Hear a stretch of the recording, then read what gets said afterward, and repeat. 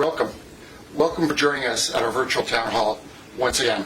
We're here to give you an update on what we're doing at Maui Health. Be as transparent in our readiness to answer all your questions while we all deal with this difficult pandemic. I want to ask you also again, please text us your questions real time. We'd love to answer your questions, give you a response immediately. You can text your questions to 214-3637. And if you've missed anything in our town halls in the past, you go to our Maui Health website and see those town halls as well. We're going to give you an update today from our Chief Medical Director, Dr. Michael Shea. You'll also hear from Dr. Vijak, one of our co-chairs of our emergency room, and very involved in our EOC as well. And Dr. Hoskinson, our infectious disease physician. It's also very important that we realize that our employees are taking care of our patients every day in this community, dealing with the COVID crisis and dealing with other medical issues that we deal with every day. So we have a couple of our employees that will also be sharing a few words with you. We appreciate them being here today. As we continue to monitor the COVID cases in Maui, we are concerned. There's a big spike on the mainland. We all know about it. We hear about it every day. We're trying to be as prepared as possible here for any surge that could take place, and we all pray that it doesn't.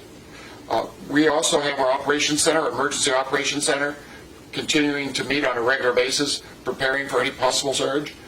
Dr. Shea is very involved in that. He can update you a little bit about our site of preparation as well. We continue to test all of our employees on a regular basis. If they're exposed, if they have symptoms, and we also do random testing of our employees that are dealing with patients to make sure that we are as proactive as possible in catching any disease. We all know that 30% of the COVID patients may be asymptomatic, so we are doing testing, and we'll continue to do testing. We're also happy to say that we've been testing our Lanai and Kula residents as required by CDC and the Department of Health. So far, they all have tested negative. We will continue to do the testing as is needed. We're also very happy that we were able to become involved in the outbreak at Lanai. We have a hospital there. The community of Lanai is part of our Maui community, and we brought a number of our experts over to Lanai, working with the Department of Health, CDC, with the county, and we're very happy to announce that it appears there haven't been any additional cases that are positive. We feel very much committed to the island of Lanai and making sure we can do everything possible. They haven't had a positive case since November 5th. All this can change as more visitors arrive on Maui. We realize that, and we are concerned. We are so concerned that we are telling all of our employees, be careful during the Thanksgiving holiday. Let's not forget to socially distance, wear a mask, wash our hands. I think we have to be even more careful with the visitors returning from a holiday. We also want to share with you, if any of our employees travel during the holidays, and there are some people that do want to travel, they have to be tested before they come back from the mainland. We also test them again before they start work, and we test them a few days later. Testing is critical, and we are doing whatever testing our experts at Maui Health recommend, and following the advice of Dr. Hoskinson and our medical staff on testing. We want to hopefully give you some good information today. We want to remind you, if you have any questions, again, live time, repeat, go ahead and text us your questions at 214-3637. We'll answer them in the order received and give you our answers as quickly as possible. I'd like to begin with an update from Dr. Shea. He is our Chief Medical Director. He's co-chairing our EOC. And from there, he'll introduce some of the other physicians that will give you updates. Thank you. Dr. Shea.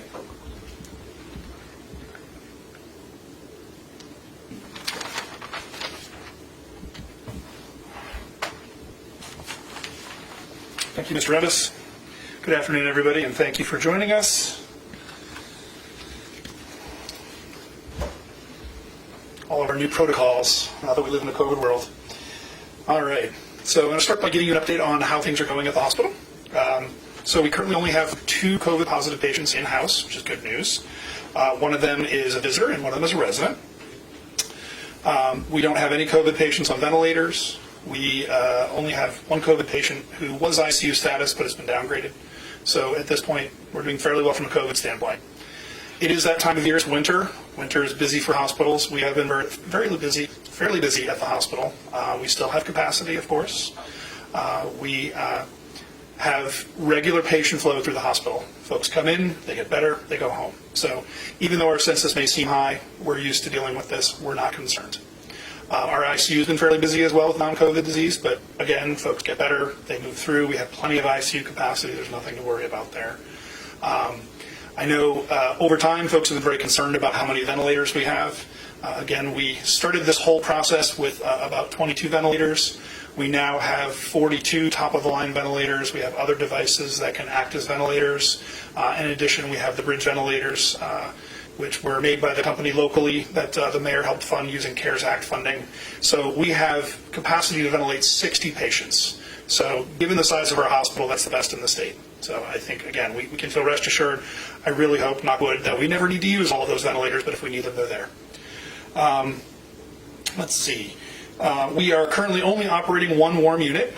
We have the capacity to open others if we need to very quickly, within a few hours. So we certainly have, again, the capacity to increase the COVID care that we're providing really within a very, very short notice.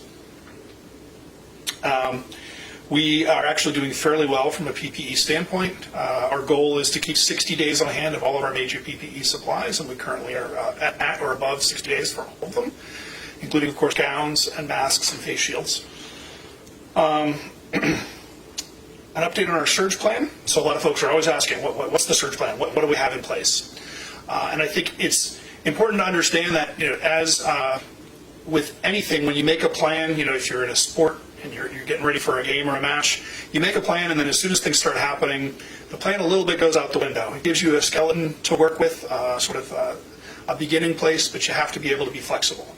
So our surge plan basically sets up the process by which we expand our capacity to deal with extra patients, whether they're COVID or not, related to the pandemic. We can increase our current 219 licensed beds up to 300 by using non-traditional spaces. We have extra beds in storage which we can pull out and use, and we have the ability to very quickly obtain extra contingency staffing to be able to accommodate the extra patients. So we have those plans in place, and we've been working with state, federal, and of course county resources should we ever need to go outside the walls of our hospital. Again, we hope we never have to do that. But those conversations are ongoing. So let's see. Masking, we continue to have masking policy at the hospital. All employees, whether they're patient-facing or administrative, need to wear masks in the hospital. Of course, I'm not wearing a mask right now, but I promise you I'm more than 6 feet from anyone else who's in this room. We supply N95s for all individuals who provide care in areas where they're at risk for contacting folks who might have COVID. And for anyone who is taking care of a patient receiving an aerosol-generating procedure, which are higher risk of transmission for COVID, in the event that that patient was a COVID that was unknown. We do allow employees who are in areas that are low risk to wear their own N95s underneath the procedural mask that we supply. And we continue to source N95s in any way possible to make sure that we have as many as possible on hand. As Mike Wembus referenced, we are routinely testing our employees. We are testing a percentage of our employees every week. And we complete around the entire clinical staff in about 6 to 7 weeks. I think as disease activity increases, we will, of course, look at that. We may intensify our testing based on the need, but we always have the ability to do that. We also have created a task force working with community leaders specifically in the hospitality industry. We realized that with the reopening to tourists that there was a little bit of a void of coordination of teaching this industry how to care for folks who might be sick or might come with positive tests. So we realized we had the experience, and so members of our administration got together with leaders. We have a task force that meets regularly to discuss how to manage, again, positive tourists who become positive while they're here. What do you do when someone has symptoms? How do you get them testing? How do you quarantine them? All these questions come up, and we've been able to help answer some of those questions and in a coordinated fashion bring together various hotels and other folks in the hospitality industry to get common solutions and get the resources that they need. Let's see. Sorry to refer to my notes. There's a lot of things I want to cover, and I want to make sure I get everything. It's a very engaged group, and it's been very exciting. It's included folks both from Maui and Lanai. We have 3 sub-work groups in that group working. Communication, so making sure the information is getting out to the tourists before they come. So what to expect, so that they're not surprised or disappointed when they get here, and we ask them to wear masks or quarantine if their test isn't back yet. An education group, which really is focusing on what do people need to know, how do we get it packaged to their level of understanding, and how do we get out to them. And then resources, again, making sure that we have testing. Another interesting thing that's come up, so if someone comes to the hospital and tests positive in the ER, who takes them back to their hotel? Taxi drivers and such don't want to expose themselves to COVID. That's very understandable. So coordinated with the hospital and Department of Health, working with AMR to provide some transportation for those folks. So there's a lot of problems that just were very difficult to anticipate, and it's really exciting to have a group of people who are engaged to find solutions to make sure that we're keeping everyone in the community safe, and also we're treating our visitors with aloha. Let's see. Again, answering those questions for tourists. What happens if I get sick while I'm there? What if I was only planning to stay on the island for 7 days and now I have to quarantine for 14? These are the things that we're wrestling with, and we're working to find solutions. Let's see. I guess the final thing to say is, we were asked, well, why is Maui Health doing this? You're a hospital. Why are you reaching out to the community and engaging in these things? And again, as I said before, we are the community. We are part of the community. We are your neighbors. We are your friends. We are your family. This is important to us. And we saw there was a need, and we realized that we had resources to help, and so we reached out, and we leaned in, and we are at the table trying to help. So we're very proud to be part of this community. I'm very proud of the work that we're doing here as a group. And with that, I'm going to introduce Dr. Vijay Ayasananda, who is one of our ER docs and has been very active on our EOC. Let me clean the table for you first, Vijay.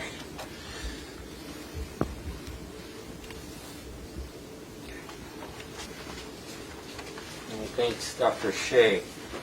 All right, hi everyone. I'm Vijay Ayasananda. I'm one of the co-directors in the emergency department. He covered a lot of ground, so I might reiterate a few facts, but I just want to at least update everyone with regards to the emergency department. A few numbers. Yes, we are seeing an increased census. We are seeing a variety of both residents as well as visitors right now.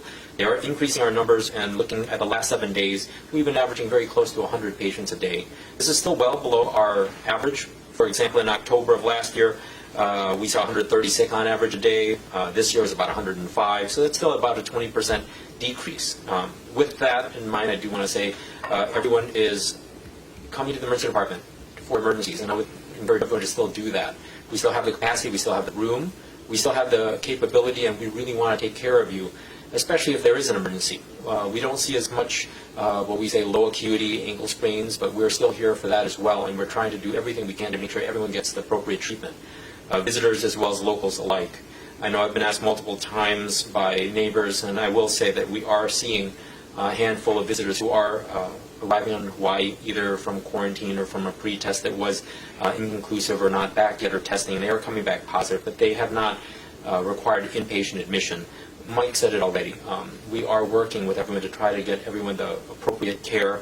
If they do not need hospitalization, then they don't need to be admitted. We don't need to take a bed for them, but we are here to take care of everybody. This is visitors, this is residents, everyone who needs help. We are here for you.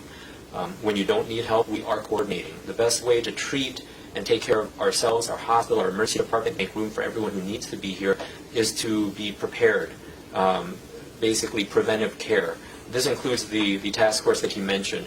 We're reaching out, we're trying to work with everyone to try to prepare everyone before they come to the emergency department. Prepare them for what would happen if you don't need to be admitted. Prepare everyone who does need to come in, does need to be admitted. And so we're preparing for that. He mentioned we are aware of a process for returning those who don't have their own car, especially visitors, back to their place of lodging. If they are positive, we are aware of that. We are not trying to expose the community or anyone else to COVID-19. If we don't have to, we want to mitigate and minimize it as much as possible. We are working with DOH with this as well. The emergency department staff, including the nurses, myself, everyone from top to bottom are prepared. We have been prepared with PPE. We've been dealing with this since February, different protocols and regimens, so that we are able to take care of everyone and keep everyone safe.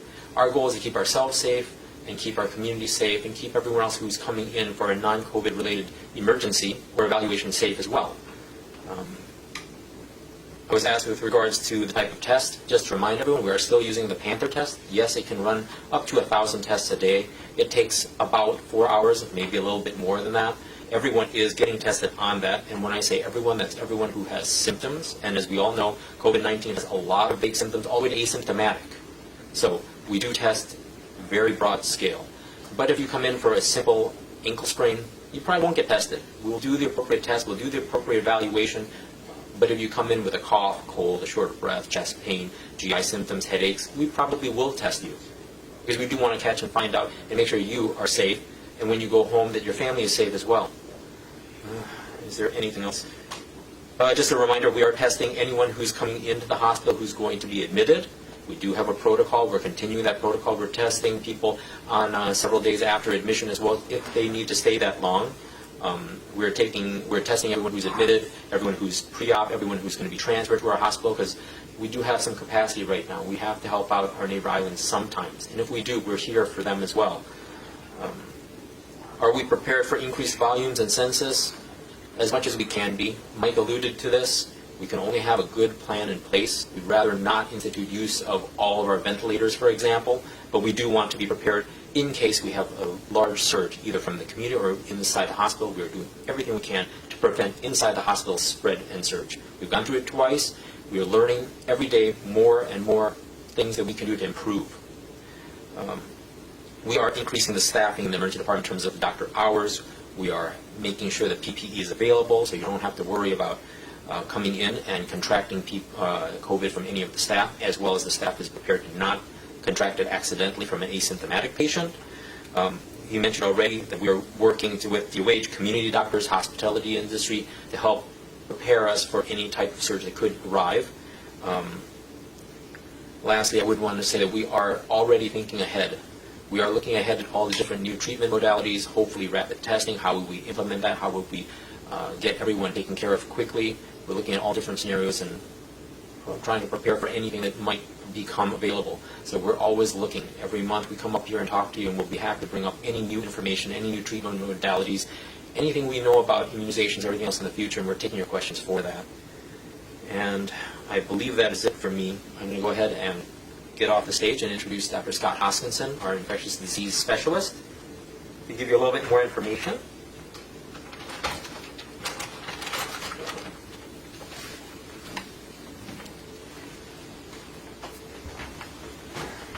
Great. And I actually still have my mask on, and I'm keeping it on. And the primary reason for that is to remind you all that I want you all to wear a mask. And I'm going to be short and sweet, but I'm pretty much here to ruin your Thanksgiving plans, so sorry about that. But that's my job. Bottom line is that Mr. Rembus already stated it's a bad idea to travel. It's a really bad idea to travel to the mainland at the present time, and I would highly recommend against that. And for our Thanksgiving gatherings here on the island, I'm sorry to say all of my extended family has been excommunicated, and none of us are going to be getting together with each other. Remember, the County of Maui has 10 limit inside, 10 limit outside, and I really strongly recommend for Thanksgiving gatherings that you pretty much just have the household. And if you can do it outside, that's even better than doing it inside. But very unfortunately, it's just not the time to get together with 20 or 30 or 40 people, especially in an indoor situation with a buffet, serving all kinds of food to each other and standing next to each other. A really poor idea all the way around.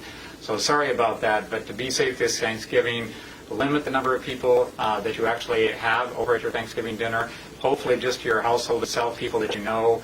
Definitely make sure that you are wiping down their countertops and surfaces on a regular basis. And if possible, wearing masks is a great idea, and certainly washing your hands frequently before, during, and after your meal. And if you have to travel, like Mr. Rembus said, we have a very aggressive program for testing our employees when they come back from travel. And I certainly, again, I recommend even against traveling to the other islands is not a good idea at present. I just wanted to say that here at the hospital, we've traditionally had really nice Thanksgiving celebrations where we basically all are potluck and we all bring things for each other. Not a good idea at all, and we certainly won't be doing that this year at all. It's really best that you prepare your own food and have control of your own food and not bring things from outside and numerous different sources. And that's just about all I had to remind people of. And I'm going to let Mr. Rembus introduce the next speakers. Thank you very much. And let me see if I can pull one of these out easily. Thanks. Thank you very much. Well, it's been a very long journey with the pandemic. So at this time, we thought we would introduce a couple of our own healthcare heroes and let them share with you a little bit about their experience in dealing with COVID, but also what they're doing to keep themselves safe, both at work and at home. Our first nurse is Naomi. Naomi, come on up, and she'll be followed by Stephanie. Thank you. Hi, aloha. My name is Naomi. I understand that there's a lot of people going back to work in our community at the hotels and at the restaurants and at the airport opening up. I just wanted to thank everyone for the opportunity to share with you all some of the things that I do personally to keep my family and community safe. I'm sorry, I do have a list here because I didn't want to forget anything.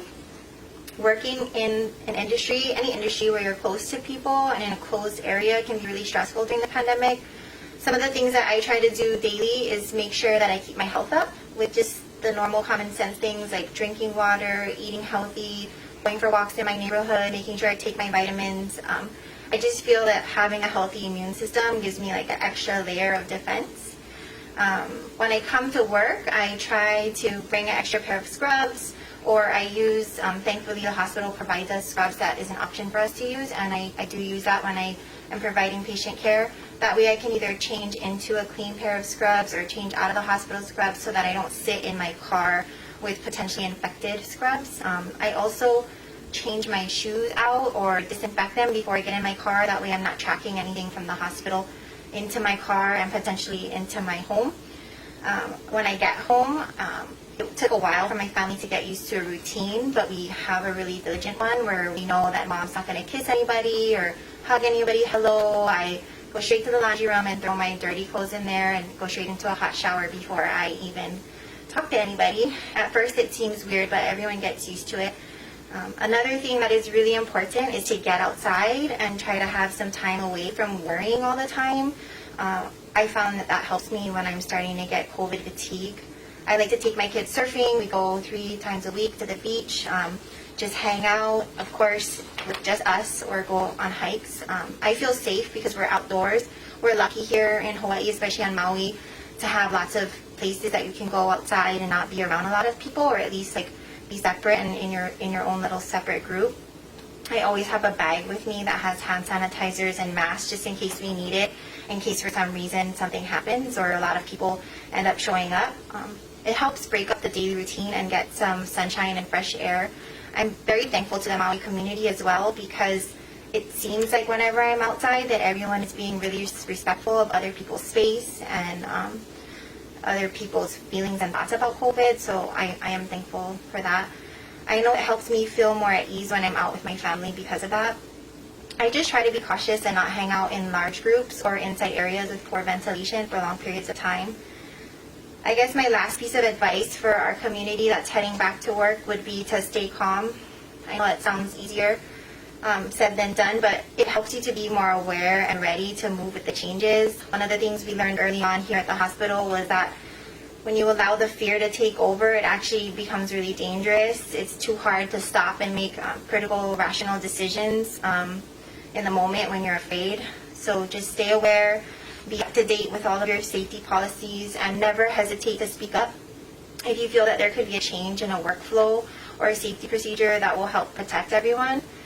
I think it's important that administration continues to listen to the workers who are on the front lines, actually doing the workflows and finding the possible dangers that may come up. I'm very thankful to my manager for always keeping us informed and open to listening to our suggestions that may help us keep everyone safe. Going with the flow is a critical thing to have because none of us have had to work through a pandemic before, so safety issues that no one has ever thought of will come up at any moment, and everyone will have to adjust and change what they may have just learned in order to continue to provide the safest environment. I know it can be really frustrating, but I just try to remember that this is new for all of us, and we really are in this together. Thank you for this opportunity to share, and it takes a team, and our community is strong, and I am super happy to be a part of it. So thank you very much. I didn't touch it, so I'm not going to wipe it.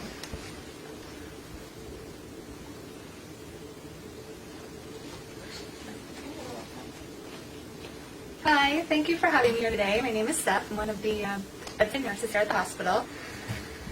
So in the beginning of the pandemic, there were a lot of unknowns. COVID-19 was new. It caused a lot of anxiety, lots of fear. Coming to work some days was very stressful. We had our background, basic infection control knowledge, but we needed to create new workflows and protocols to adjust to the changing information and the research coming out constantly. We needed to keep our patients safe, ourselves, our coworkers, and then ultimately our families safe at home as well. We've learned so much and adjusted along the way. We've learned what works best to keep our patients, staff, and community safe. We all help each other stay consistent at work. We point out if we're missing something, forgetting something, if there's new changes in policies. We work really hard to maintain our safety in our workplace and also in our daily lives when we go home. I know everybody in the community does. So it can actually be tiring. COVID's not new to us anymore, and we've been doing this for about 9 months now. I know we can all be experiencing some COVID fatigue. I know I do on some level. One thing I have noticed is that we instinctively want to let our guard down, sometimes in the break room. We'll go in, we want to relax, and we think like, oh, we're doing all these protocols and following these policies in the hospital, but now we're on break. So that is one place that I think that we can get a little stronger. We feel like we are going to gather with each other, just like everybody wants to do in the community. But these are the times that we have to stay vigilant. COVID is still happening, so we need to help each other remember what works best. This is like disinfecting your surfaces, wearing your mask, counting the number of people in the room, making sure it's not overpopulated, too overcrowded, and then helping each other with that, helping each other recognize those things. I know I said sometimes I have COVID fatigue as well. I find myself wishing we were back to normal. I get tired of wearing the mask or having to look at situations like how many people are going to be there that seems unsafe. And then as a healthcare worker, I want to set a good example for my coworkers and my community as well. So we all have to work hard to follow these guidelines and keep social gatherings small or opting for outdoor activities. I do that a lot. If I'm going to meet up with a friend or family members that aren't inside my household, we'll go for hikes or go to the beach, and then you keep your distance from people at the beach as well. So ultimately, it's important to remember these safe practices at work and at home. Keeping our community healthy prevents surges, which actually directly impacts our hospital. People in the hospital, the patients and staff, are part of our community. So it's a cycle that we can directly have an impact on, and each one of us can make a difference by following these safety measures. At the hospital, we all help to keep each other safe and accountable. And if we can do that with our friends and our family in the community, it will go a long way in keeping our island safe. Thank you. Thank you, Naomi, and thank you, Stephanie. Great job. I appreciate you sharing with everyone. Well, we're going past our time limit, but I would like to take a few questions if we could, and then we'll go ahead and post the answers to the rest of the questions on our website. So if we could, Rachel? Absolutely, Mike. Our first question that came in will be for our infection control manager, Kelly. Kelly?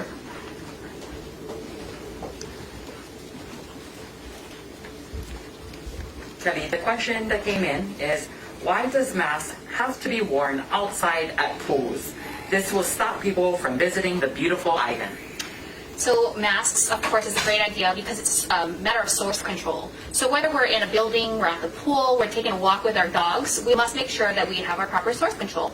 I know sometimes people are like, but I'm outside in the open. Right. However, you have others around you. Maybe you're walking together unbeknownst to, the next person, the person who's walking next to you, which is why it's always good, just to have that extra layer of protection and have that source control on. So regardless, again, I'm sorry, wherever you are, could be as you're walking to the pool, walking to your dogs, or just at work. Source control is always a great preventative measure. Thank you, Kelly. The next few questions is for Dr. Mike O'Shea.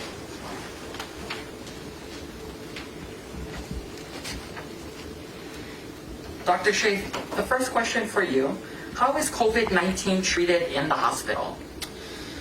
It's a very good question. So COVID-19, there's supportive care, and there's care actually targeted at the virus and the inflammatory response to the virus. So if patients need oxygen, many of the patients that get COVID do, we provide them with oxygen.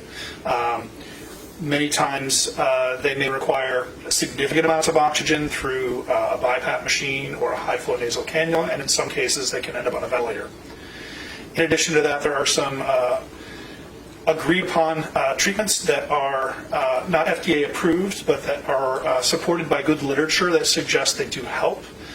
Steroids is one of them. Another medication called remdesivir, which is an antiviral medication, is used. We've been giving convalescent plasma to individuals. Those are the mainstays of treatment that everybody in Hawaii is using to treat COVID currently. Thank you. Our next question. Does Maui Health provide rapid testing? Well, any of you who might have listened to me on KPOA this morning already know the answer to this. And if you don't, you can always hop on their website. They should have it archived. But rapid testing is a bit of a loaded question. So I want to break it down by kinds of testing. So rapid testing refers to a test that turns around rapidly. All the different kinds of testing have that ability with varying amounts of accuracy. So the gold standard for testing is PCR, polymerase chain reaction. Basically what you do is you look for DNA, the genetic material of the virus. Actually, it's RNA in this case. It's a very, very low false negative rate and a pretty small false positive rate. It's a very good test. Most of the good PCR tests, though, take a little while to get done. We have one of the faster ones, and that's for about 4 hours, as Dr. Vijay had said earlier. There are a rapid nucleic acid amplification tests, which are similar to PCR, that can have a shorter turnaround time. Their false positive rate is a little higher, and the false negative rate is a little higher, so they're good tests. And there's a test called an antigen test. These tests test for proteins on the outside of the virus. These can be done in 15 minutes. They're what they're called point-of-care tests. So literally they can be done in a doctor's office, urgent care centers. The problem is they have a very high false positive rate. And so any of you who are NFL fans, you may see some of the reports. A team will have a bunch of people test positive. They'll then do a PCR test overnight. And then the next day they'll say, oh, false alarm. Most of those were all false positives. So know, if you're going to get a test, know what kind of test you're going to get. Have the doctor who's administering the test explain to you what the accuracy of the test is, so you know how to interpret the results. The last question, Dr. Shea, is, are visitors allowed at Maui Health? So, again, a little bit of a complex answer. We have a very, very strict visitation policy during the pandemic. We allow visitors in 4 situations. First situation is pediatric patients are allowed one parent or guardian visitor at a time. We do allow folks to switch off so that parents can go home and take care of other kids or go to work and things like that. But only one person can be in a hospital at the time, and they're not allowed to mill around the hospital. They have to stay in the room. Number 2 is for pregnant women who are delivering their babies. They are allowed to have one person present at the bedside as well. Same rules, they have to stay inside. Situation 3 is when someone is at the end of their life and they're dying. For families to come and basically say goodbye to their loved one, we do allow in-person visitation for a limited amount of time for those situations. And 4th is folks who have specific disabilities that really require their caregiver to be there to supplement their care. We do allow those types of visitation. We do also have video visitation. So the administration has spent a lot of money getting a whole bunch of iPads. I know it's not the same as person to person, but in this COVID world, we're all learning how to do virtual visits with our loved ones. We are facilitating virtual visitations so that you can interact with your loved ones while they're in the hospital.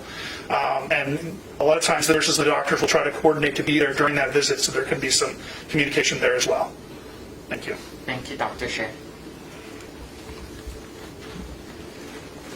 I want to thank everyone for listening and participating in a virtual way with our town hall. We will be posting many of the questions that came in and answering them on our website. We always want to answer as many questions as possible. We went over our time, but I think it was important that we answer some of those questions.